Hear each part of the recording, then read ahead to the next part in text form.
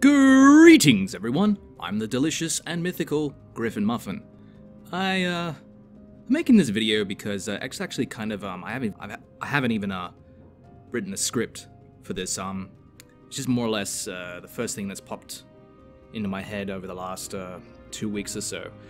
So I went to see Justice League a couple weeks ago, and considering this is the first type of video I've ever made of this sort, I just want to let you know now that I am a huge Superman fan, like huge. He is very important to me as a comic book hero, and like my favorite movie of all time is 1979's Superman. And upon watching Justice League, alright, so first of all, my stance on Justice League is that I had fun with it. I enjoyed watching my favorite superheroes, my favorite DC heroes, I should say, jumping onto the screen and just, you know, having fun, beating the shit out of Steppenwolf, and that was about it.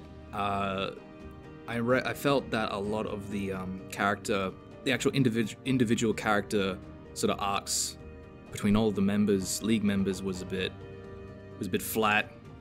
Batman didn't even seem like he wanted to be there. Superman's face was horrible, and even really, like, I could get over it. You know, I could get over it because of the story that was behind it. If you don't know, the story is that due to reshoots, he was pulled in during Paramount's Mission Impossible 6, and they said, oh yeah, we can't let you shave his mustache, and he has this really impressive mustache. So they had to CGI like a clean face over a mustache, and it looks really bad at sometimes, especially on times where it like zooms in closely on his face. And sometimes the best scenes are, you know, zooming in on his face, so it really kind of destroys the mood when you're pulling it like that. And then you know, you hear more news about, you know, how Justice League, the movie, actually happened and why it happened like that, you know, how it became so aggressively mediocre. You know, stuff like the, you know, Zack Snyder pulling out, unfortunately due to such a family crisis, Joss Whedon coming in and lightening the mood, so to speak, and Warner Brothers executives not pushing back the release date because they didn't want to lose money, and they were, you know, they were in time for a merger between some other companies. I think it was AT&T, and I'm like, that shouldn't come into place when it comes into a DC film. It comes into their films. I mean, I'm really getting kind of burned out by this. You know, I had my hopes up for BVS, and my hopes were dashed on that. Like Man of Steel, I did like Man of Steel. It wasn't perfect. The tones and the themes were all over the place. But overall, I thought it was good. I didn't think they ruined Superman by having him snap Zod's neck. I thought that was actually a cool thing. It made him more human, you know, he made a difficult decision that any of us would have to make. I don't think it was a ruining of the character of like, Superman would find a way other than killing him. It's like, what was he supposed to do? You know? And upon watching Justice League and watching that new Superman come about, I was like, okay, cool, but it seems like just an amnesiac wrote the script for this, considering the last two films. I'm just, like, and then you know, there's news about how, Henry Cavill will, do one more Superman movie in contract, and I'm like thinking, I just hope they do it right, you know? I really hope they do it right, because if they don't, I'm out. I can't do this anymore. I can't keep coming to Warner Brothers produced DC films. Like, I have to walk into these films with low expectations. Like, I walked into Justice League like, oh, it won't be great. Suicide Squad was the same deal.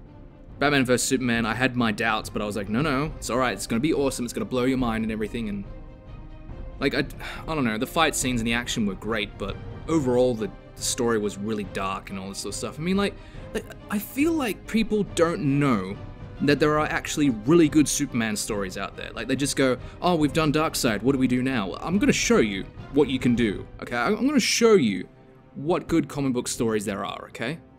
Okay, so we're at a part of my comic book collection. So let's just go through and I can show you what could make at least another movie. Alright, here we go. So we got one of the first issues of New 52, in which a piece of alien technology was on Superman's suit that got on him and then replicated him and then made like a alien robot controlled version of him.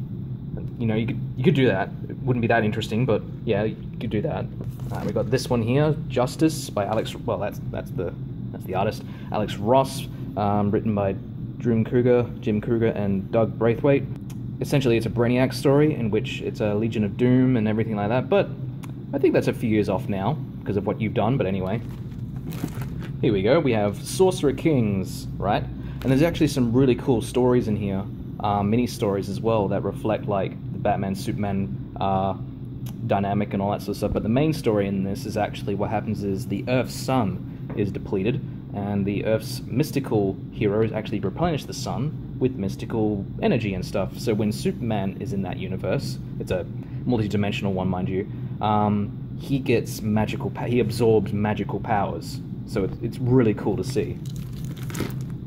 I mean, you could do this, but you'll probably fuck it up. This is a pretty interesting story that occurs after Jeff Johns' Brainiac arc that he wrote, in which the city, I'm pretty sure it's Argo City, is actually comes to full size at the North Pole.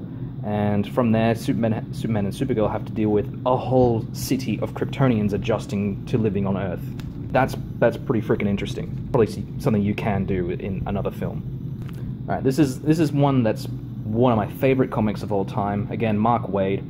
This is set 20 years in the future, and it's when Superman is actually retired and he comes back to try and save the world, so to speak, because a whole bunch of anti-heroes, which are the progenies of villains and superheroes, have begun to kind of lose the way of the hero and all that sort of stuff. So that's pretty interesting. You could jump right into that, I think. Here we go.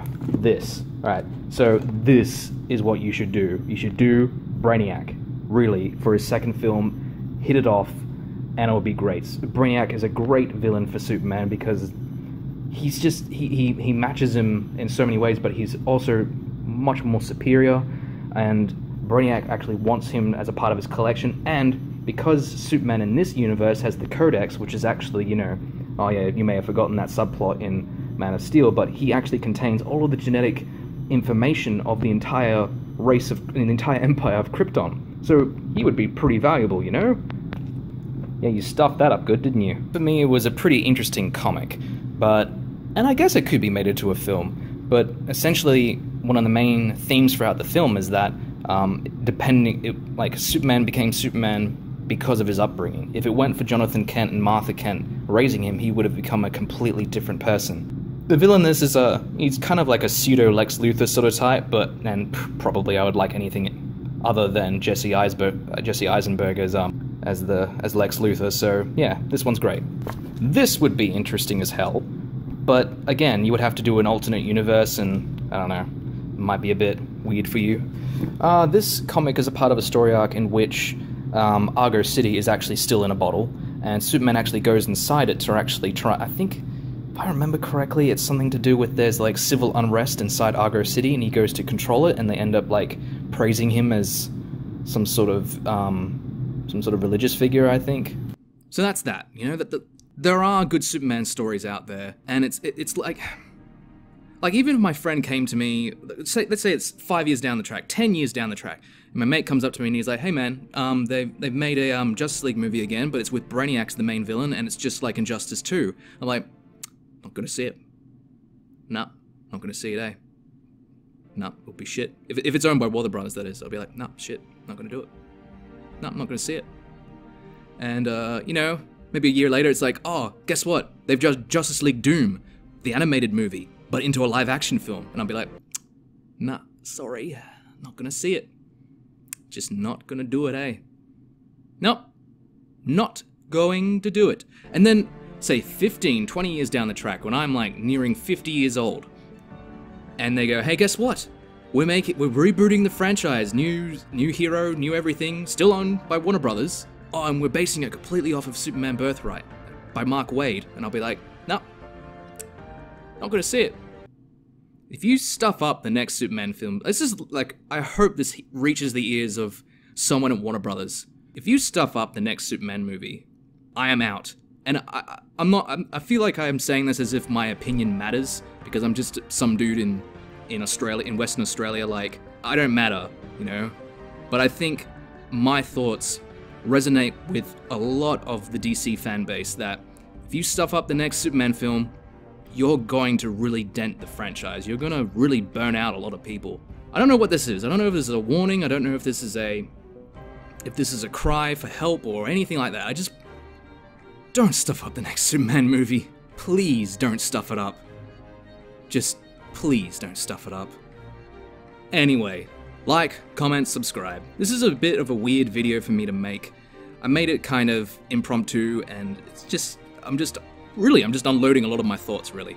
Yeah, I don't know if I'll make any more videos like this, but if you did like it, click the like button, because that will tell me that you liked it, or leave a comment saying what you liked about this video.